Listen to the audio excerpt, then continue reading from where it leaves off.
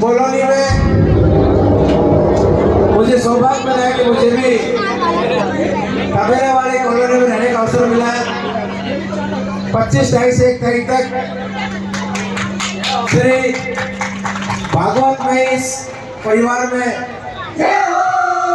मुझे आज भी 2 बार आने का अवसर मिला। जिस दिन कलश यात्रा थी उस दिन भी हमारी माता बहनों ने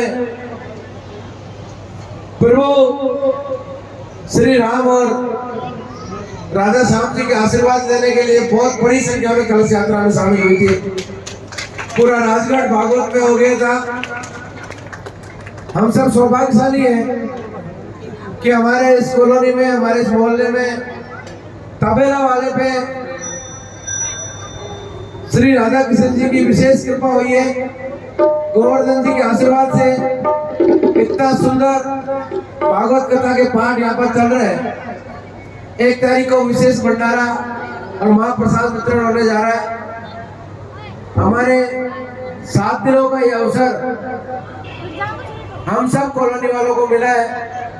हमारा सौभाग्य है कि पूरा राजगढ़ हमारे इस श्री भागवत कथा में सम्मिलित होने, बढ़ चढ़कर हमें दान करने, सहयोग करने में उपस्थित हो रहे हैं। मैं समस्त राजगढ़ के भक्तों का, श्रद्धालुओं का, जिन्होंने बड़ी संख्या में यहाँ उपस्थित होकर आगे बढ़कर हमारे शिव मित्र मंडल परिवार को आर्थिक सहयोग किया, दान दिया और इस श्री भागवत कथा और भंडारे को सफलता की ओर ले जाने में सहयोग किया। मुझे शिव मित्र मंडल परिवार के द्वारा या बुला के जो मान सम्मान और राधा स्वामी जी का आशीर्वाद दिलाया है, भागवत कथा सुनने का जो अवसर मुझे दिलाया है, इसके लिए मैं इस पूरे मित्र मंडल का आभारी हूँ। हम सब के सहयोग से हम सब मिलकर इस भागवत को अच्छे से अच्छे हमारे जीवन में और आत्मा में उतारने का प्रयास करेंगे। हमारे राजगढ़ के कथावाचक जी, हम सबके पूजनीय अवधूत आश्रम के संत अमन भारती जी के,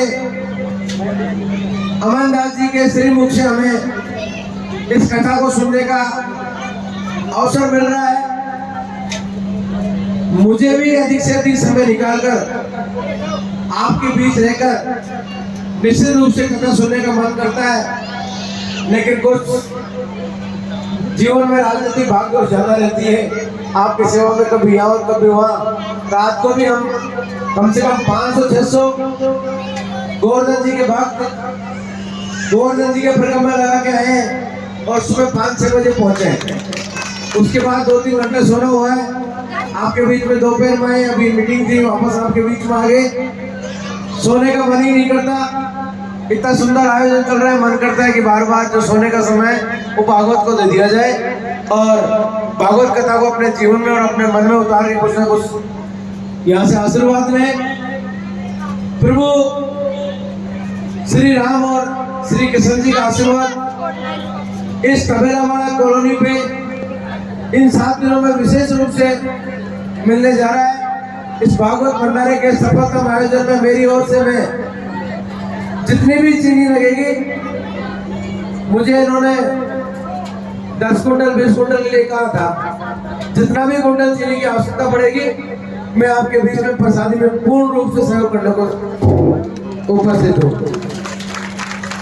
जहाँ भी छोटे मोटे धार्मिक कार्यक्रमों का आयोजन होता है, मुझसे जो भी आर्थिक सहयोग हो पाता है, चाहे सार्वजनिक जीवन में सहयोग हो, चाहे धार्मिक कार्यक्रमों में सहयोग हो, चाहे हमारे भाई बहनों की पढ़ाई में सहयोग हो, चाहे किसी गरीब हमारी कन्या का, भाई बहन गरीब कन्या का या किसी विधवा माँ की सेवा करने का अवसर मिलता है, तो मैं निश्चित रूप से मैं कोशिश करता हूँ, मैं सेवा करूँ, मेरे मन को प्रसन्नता मिलती है।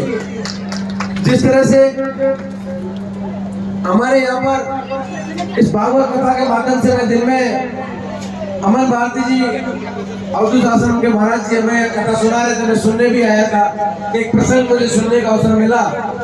उन्होंने बताया था कि जिस तरह और जिन उद्देश्यों के लिए मानव जीवन इंसान का जन्म भगवान हमको देता है, हमें अपनी जितनी सामर्थ्य है उसकी तुलना में हमें सामाजिक सरोकार करना चाहिए। चाहे हमें किसी भाई बहन की पढ़ाई में मदद करनी पड़े, चाहे किसी गरीब के जीवन यापन में मदद करनी पड़े, चाहे गौ माता की सेवा करना पड़े, और चाहे हमारे अन्याय के खिलाफ लड़ाई लड़नी पड़े, हमें हमेशा हमारे जीवन में हर पल किसी किसी की मदद में निकालना चाहिए, आगे बढ़ के प्रयास करने चाहिए कि हम किसी के काम आ पाए। ये मानव जीवन जो भगवान ने दिया है, ये एक दूसरे के सहयोग के लिए, सेवा के लिए दिया है। मेरा हमेशा जीवन में एक उद्देश्य रहता है कि मैं दिन के 24 घंटे में से जितने घंटे मुझे सेवा करने का अवसर मिले, मैं अविरल रूप से बिना रुके सेवा में लगा रहता हूँ। राजनीतिक जीवन में सेवा करने का अवसर मिले या नहीं मिले, लेकिन इस तरह से धार्मिक भंडारों में और हमारे कलश यात्राओं में, कथाओं में, परिक्रमाओं में, परीक्षाओं में और गौशालाओं में सेवा करने का खूब अवसर मिलता है। कोरोना काल में हम लोगों ने सबने बढ़ चढ़कर अपने सामर्थ्य के अनुसार पूरे अलवर जिले में किसी को भूखा नहीं सोने दिया।